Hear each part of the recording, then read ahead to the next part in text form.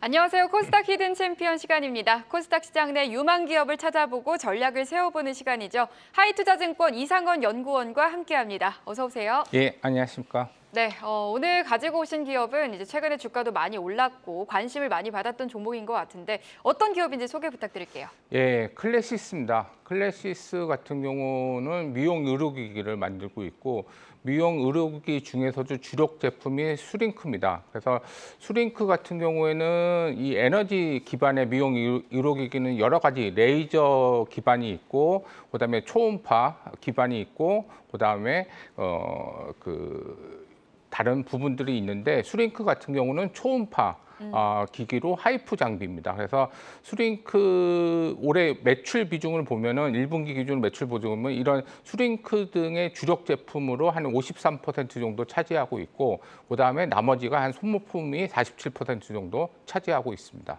네, 이제 뭐 슈링크 하면은 이제 한때 피부과에서 붐을 일으킨 기기였는데 뭐 이후로도 슈링크랑 비슷한 효능의 기기들이 나오고 그러더라고요. 그럼 슈링크의 글로벌 시장 진출은 어떤가요?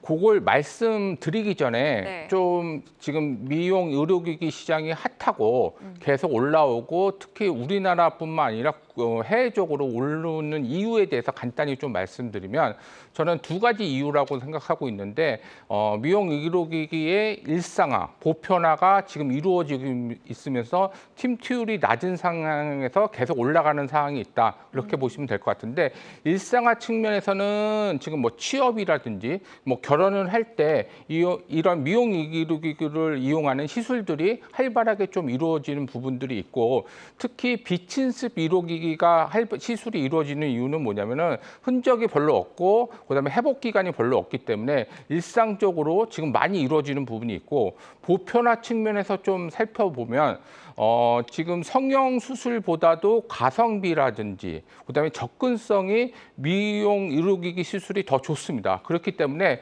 옛날에는 특정 연예인이라든지 그런 부분들이 이용이 됐었는데 지금은 보편적으로 사용할 수 있는 그런 부분들이 있다. 특히 중요한 건 뭐냐면 다 사용하시면 아시겠지만 미용 의료의 재시술률이 매우 높습니다. 그래서 이런 보편화가 높아지면서 그러니까 아까 말씀드렸듯이 일상적이고 보편화가 높아지면서 미용기기 침투율이 많이 증가되고 있다. 그렇게 보시면 될 것 같고 이런 환경하에서 클래시스 같은 경우 매출 상승은 주로 아까 이제 국내 부분도 있지만은 해외 쪽이 매출 상승을 이끌고 있는데 그 요인에 대해서 잠깐 말씀드리면 그 해외 쪽 매출 같은 경우 당연히 수링크 그다음에 작년도 1월 달에 수링크 유니버스 업그레이드 버전이 나왔습니다. 그런 부분들이 있어서 작년에 매출이 좀 해외 매출 상승 이끄는 게 이 수링크 유니버스에 대한 그 론칭 8개국 론칭으로 해서 그런 매출 상승도 있는데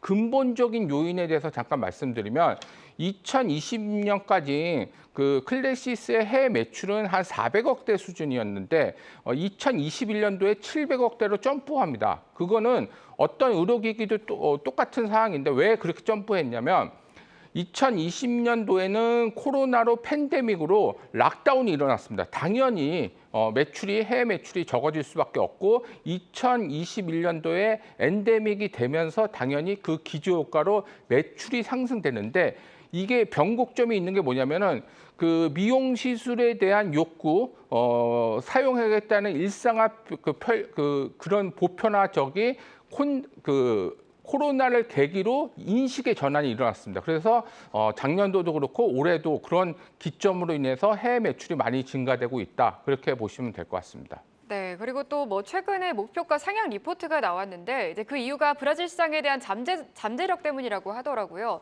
좀 유의미한 증가가 나오고 있나요? 브라질 같은 경우는 인구수가 2억 명이 넘습니다. 그래서 세계 6위 규모고 특히 미용 시술 관련돼서 관심도 많고 이거를 신술 받으라는 니드가 엄청나게 큽니다. 우리나라 뭐 동남아에서 뭐 태국이라든지 등등도 있지만은 브라질 시장이 미용 의료기 시장이 엄청나게 이제 성장하는 부분이 있고 특히 아까 해외 매출의 증가 요인에 대해서 거의 30% 정도는 브라질이 기여하고 있습니다. 클래시스 같은 경우도. 그래서 이 브라질의 증가 속도로 감안했었을 때는 해외 매출의 상승 동력이 브라질 쪽에서 상승 동력으로 끌어갈 수 있고, 또 중요한 거는 아까 말씀드렸듯이 뭐 태국이라든지 여러 부분들이 있어서 이 부분도 끌어갈 수 있습니다. 그리고 또 말씀드릴 거는 작년도에 론칭한 국가가 8개 국가인데 올해는 더 론칭 국가가 많아지면서 해외 쪽 매출 상승도 많아질 것이다. 그렇게 보시면 될 것 같습니다. 네, 그리고 뭐 신제품도 나오지 않았나요? 볼뉴머라고? 이건 고주파 기기입니다. 볼륨어라고 고주파 기기가 작년도 10월 달에 출시가 됐고 올해 같은 경우에는 국내만 판매가 될 겁니다. 그래서 한 300대 정도 목표를 하고 있고 내년부터는 올해 전진적으로 론칭하고 내년부터는 해외 매출이 가시화될 수 있어서 올해 또 매출 상승은 국내분 볼륨은 신제품의 300대 효과, 그다음에 해외 매출 증가 효과 그런 부분들이 반영이 될 거라고 보고 있습니다. 네, 그리고 뭐 클래시스가 이제 소모품 매출이 증가하고 있다고 들었는데 뭐 앞으로의 실적 전망은 어떻습니까?